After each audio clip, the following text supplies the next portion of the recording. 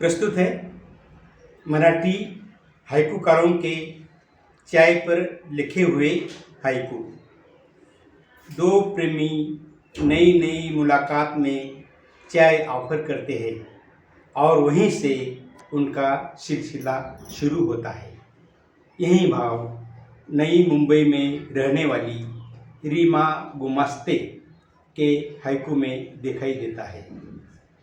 भेंट में मग्न चाय के कप पर रिश्ते निश्चित, भेटी रंगती चहाच्या कपावर नाती जुळती।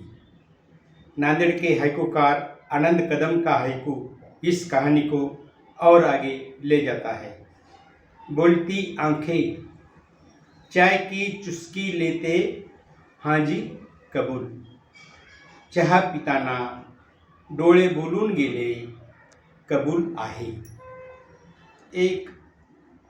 एक दूसरों की चाह के बाद तो इस नौजवां जोड़ी की दुनिया ही बदल जाती है।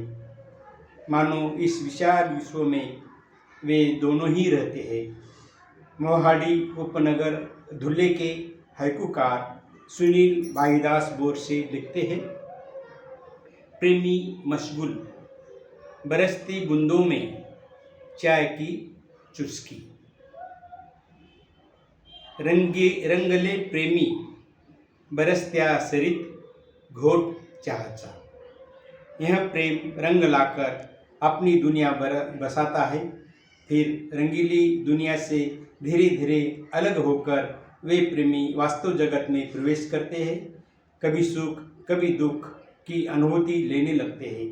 ऐसी ही जरा सी नाराजी का निराकरण मुंबई की वर्षा दौंड का हाइकू करता है। मीठा झगड़ा, एक कप चाय पे आई मुस्कान। मिटला तंटा, कप भर चहान फुटलं हसू।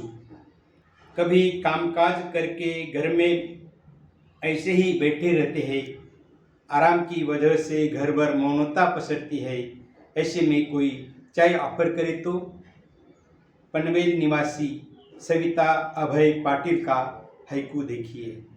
निशब्द पल, गरम उबलती चाय, आहा। क्षण निवांत, गरम वाफाळता चहा, आहा। अब दो प्रेमियों के दिन कर्तव्य में बदल जाते हैं। ऑफिस का काम घर में भी लाना पड़ता है। ऐसी ही स्थिति का हाइकू पुणे की रहने वाली हाइकूकार हेमा गोटखिंडीकर लिखती है। सामने चाय, हटाकर फाईल, प्यार की बातें। चहा पुड्यात, केली दूर फाईल, गुज प्रेमाचे। अब यह दो प्रेमी कभी एक की अब यह दो प्रेमी कभी एक ही काया का रूप थे। हौले हौले अपने देह में आने लगते हैं। अपनी पसंद अपना शौक उनको बुलाने लगता है। गीत गुनगुनाना या कविता लिखना हो कि खेल की रुचि उनको आनंद देने लगते हैं। बदलापुर जिला ठाणे के हाइकूकार अशोक सावंत इसी विषय पर भावपूर्ण हाइकू लिखते हैं। दोनों में चाय, कविता की पुस्तक, ढळती सांझ।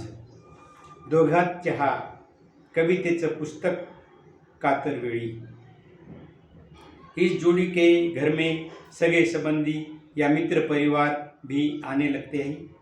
कौन क्या लेंगे, चाय कॉफ़ी या दूध, यह पूछे बगैर बैठक में चाय लाई जाती है।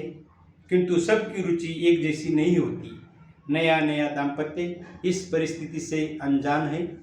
ऐसी ही समस्या पर परभणी के तुकाराम पुंडलिक खिल्लारे हाइकू लिखते हैं। नर्म हाथ में ट्रे, मैं चाय नहीं पीता, थमी मुस्कान। मृदू करी ट्रे, मैं चहा पीत नहीं, थांबले हंसू। तो ये थे कुछ चाय पर हाइकू। आपको यह हाइकू कैसे लगे ज़रूर बताइए।